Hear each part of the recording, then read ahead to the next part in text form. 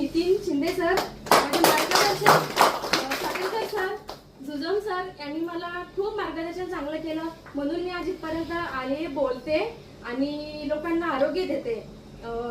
चांगलं एक रिझल्ट सांगायचं झालं तर माझ्या स्वतःच्या मुलीचा मी रिझल्ट सांगते. माझी मुलगी 16 वर्षाची आहे आणि तिला मूलव्याधीचा खूप भयानक त्रास होता. अक्षरशः टॉयलेटला गेली की ब्लडिंग व्हायचं, खूप त्रास व्हायचा आणि मुलाचं वय म्हणजे खाण्यापिण्याचं वय आणि डॉक्टरांनी सांगितलं होतं की तिला मैद्याची वस्तू देऊ नका, हे देऊ नका, ते देऊ नका, मटण वगैरे सगळंच बंद केलं. आणि मुलांचं खाण्याचं वय आणि आपण प्रत्येक गोष्टीमध्ये त्यांना टच करतोय, हे नको खाऊस, ते नको खाऊस. तर मी तिला 15 दिवस, फक्त 15 दिवस मी अमृत ज्यूस दिलं, तर तिचा पूर्ण मुलाचा त्रास कम्प्लीट झाला. त्यानंतर मी माझ्या मम्मीला पण दिलंय. माझी मम्मी कोंडल्यामध्ये कुरुस वाडा तिकडची.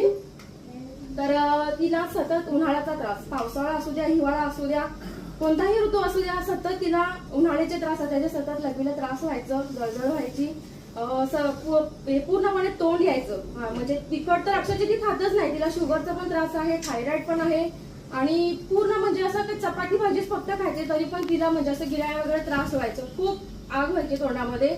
त्याचाही रिझल्ट तिला खूप छान आलाय. उन्हाळा लागायचे त्याचाही रिझल्ट तिला छान आलाय. थायरॉइडचा त्रास आहे तो रिपोर्ट सुद्धा तिचा नॉर्मल आलाय.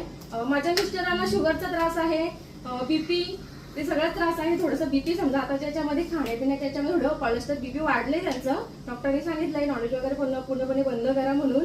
पण शुगरचं म्हणजे त्यांना एक गोळी पूर्ण लागायची, तिथे त्यांची अर्धी गोळी आली आहे. आणि रिपोर्ट काढले तो रिपोर्ट सुद्धा त्यांचा नॉर्मल आलाय. म्हणजे महिन्यात त्यांना शुगर त्यांचं वाढायचं आणि ते आम्हाला म्हणजे असं जाणवायचं की यांचं शुगर वाढलंय. लगेच जाऊन चेक केलं की लगेच रिपोर्ट मध्ये वाढलेलंच दिसायचं. पण आता गेले 2-3 महिने झाले ते अमृत ज्यूस फक्त घेतात, तर शुगर एकदम चांगलं कम्प्लीटला आहे. तर मला पण तेच सांगायचं आहे की आलेल्या जन्मामध्ये दुसरं काही पैसा वगैरे नसलं तरी चालेल, पण लोकांना चांगलं आरोग्य द्यायचं काम मी करणार आहे.